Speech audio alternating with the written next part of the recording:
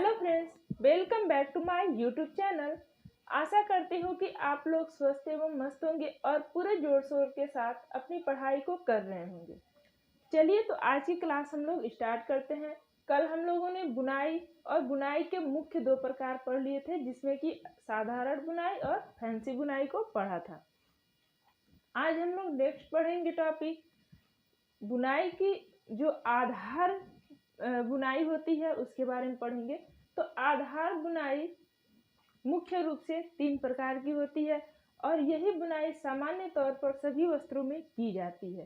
तो इसको हम लोग देखेंगे कि आधार बुनाई 3 कौन कौन सी होती है। तो आधार बुनाई जो है वो उसमें सादी बुनाई, ट्विल बुनाई और सेटिंग बुनाई, ये मुख्य 3 आधार बुनाइयाँ होती हैं और सामान्य रूप से इन्हीं तीनों बुनाइयों के आधार पर सभी वस्त्र बुने जाते हैं आज के युग में। ठीक है, तो हम लोग देखेंगे अब कि सादी बुनाई कितने प्रकार की होती है। तो सादी बुनाई भी मुख्य रूप से 3 प्रकार की होती है। संतुलित सादी बुनाई, असंतुलित सादी बुनाई जिसमें रिब बुनाई आती है, और भिन्नता वाली बुनाई जिसमें बास्केट बुनाई आती है। ट्विल बुनाई जो है वो मुख्य रूप से 6 प्रकार से बनाई जाती है।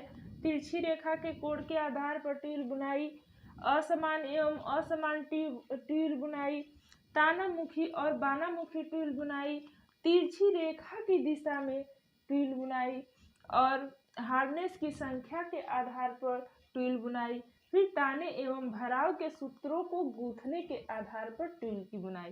तो ये मुख्य रूप से 6 प्रकार से ट्विल बुनाई की जा सकती है। ठीक है, अब सेटिंग बुनाई जो है वो मुख्य रूप से 2 प्रकार की होती है, तानामुखी सेटिंग और बानामुखी सेटिंग बुनाई। तो इस प्रकार से हम लोगों ने अभी मुख्य रूप से देखा कि आधार बुनाई जो है वो 3 प्रकार की होती है और इन तीनों के भी अन्य प्रकार होते हैं। ठीक है, अब हम लोग थोड़ा थोड़ा करके इनके बारे में विस्तार से चर्चा करेंगे कि सादी बुनाई को कैसे किया जाता है। नंबर है सादी बुनाई। सादी बुनाई जो है वो तीनों आधार बुनाइयों में सबसे सरल बुनाई माना जाता है और इस बुनाई को सादी बुनाई को टेबी, होम स्पन और टफेटा बुनाई भी कहा जाता है। यह बुनाई जो होती है वो सबसे सस्ती होती है और इस बुनाई के लिए करघे में केवल 2 ही हार्नेस की आवश्यकता होती है, क्योंकि इसमें जो प्रत्येक भराव का सूत्र होता है एक ऊपर एक नीचे उठा करके ही किया जाता है। इसको पूरे वस्त्र को कंप्लीट किया जाता है।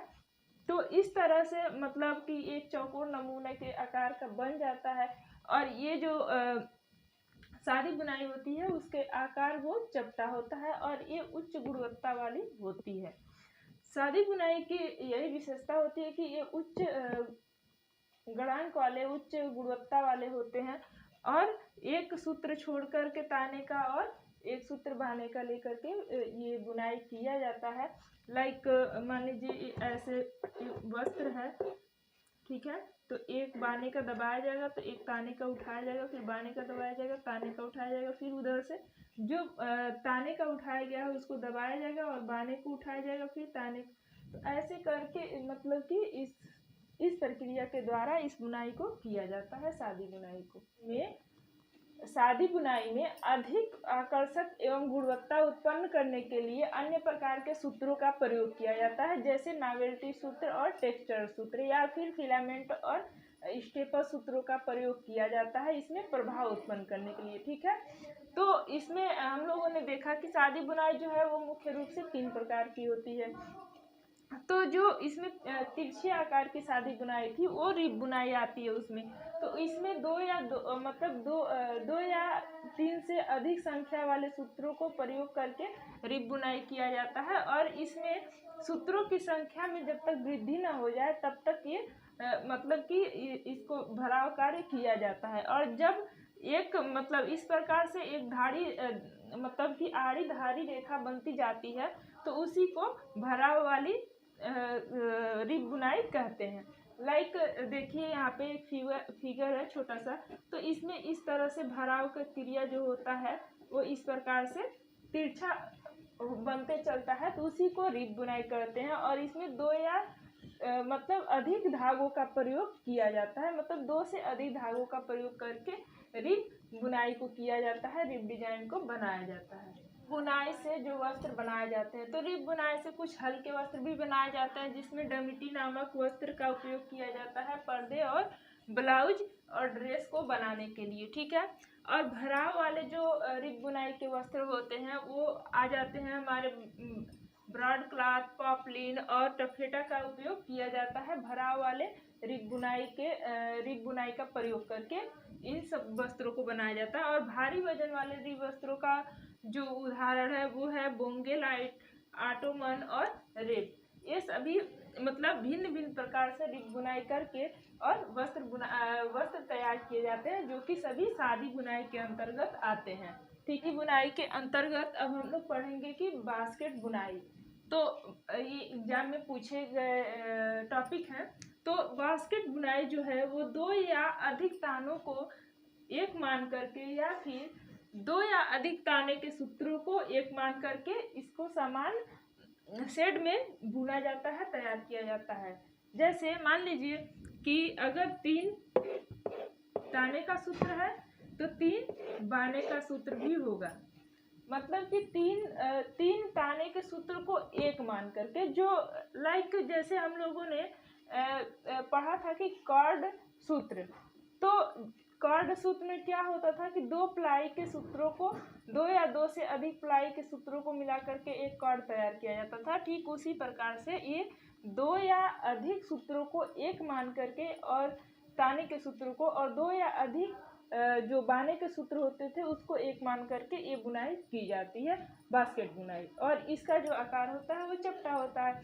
आप लोगों ने कभी टोकरी को बनाते हुए देखा होगा, तो उसमें इसी तरह से बुनाई होती है। जैसे कि मान लीजिए टोकरी के लिए क्या किया जाता है, बांस की पतली पतली या चौड़ी चौड़ी पट्टियों को काटा जाता है, तो फिर वो समान रूप से होते हैं। अगर पतला होगा तो पतला पतला, चौड़ा होगा तो चौड़ा चौड़ा, अथवा पतला और चौड़ा दोनों रूप में लेकर के भी बुनाई की जाती है। मतलब कि ये 2 प्रकार से बुनाई की जाती है, या तो एक समान, मतलब कि 2 या अधिक ताने होते हैं और 2 या अधिक बाने होते हैं, या फिर 2 संबंधी 1 या फिर 3 संबंधी 2 का अनुपात लेकर के बुनाई किया जाता है। लेकिन सबसे ज़्यादा जो इसमें प्रचलित बुनाई है वो 2 संबंधी 2 का है और 4 संबंधी 4 का है।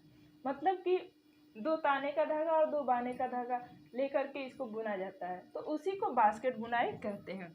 और इससे जो बुने वस्त्र होते हैं वो मॉक क्लॉथ और मिशन क्लॉथ आदि जो हैं, ये काफ़ी पुराने बास्केट बुनाई के वस्त्र हैं। ठीक है, ऑक्सफोर्ड वस्त्र में 2x1 या 3x2 बास्केट बुनाई होती है। मतलब कि ऑक्सफोर्ड वस्त्र जो बनाया जाता है उसमें 2x1 या 3x2 का अनुपात लेकर के इस बुनाई को किया जाता है। और इस बुनाई में जो ताने का सूत्र होता है वो रंगा हुआ होता है, रंगीन होता है, और बाने का सूत्र सफ़ेद रखा जाता है। क्लियर है?